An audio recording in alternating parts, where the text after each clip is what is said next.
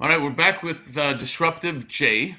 And quick question that we're asking a lot of the executives. What's your definition or your perspective if you were to complete the sentence, leadership is, what is it?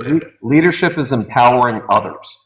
So I'll tell you from my perspective, I have two rules when I hire anybody, whether it's running a company like Sony or a startup. The first rule is if you report to me, that doesn't mean you work for me. I work for you.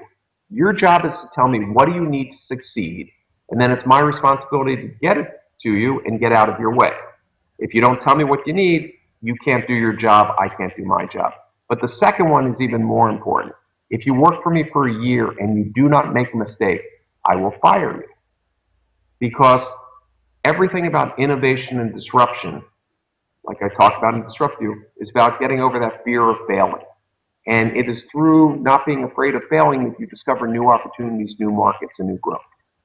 I do notice, and we can talk about this a little bit later too, I do notice you make a great distinction between failing and failure. Yeah. So failing is learning what doesn't work.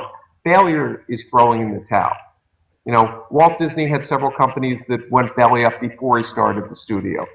Henry Ford had three failures. Bill Gates went bankrupt, his first company with Paul Allen before they did Microsoft. But they learned what didn't work. They learned the process. Many VCs would prefer to back somebody who's already had a company that failed. But failure is that person that goes, woe is me, right? I Right? couldn't raise the money. I couldn't. It's always somebody else's fault, right? That's a big thing, always somebody else's fault, and a leader doesn't do that. Great definition. Thanks so much. Sure.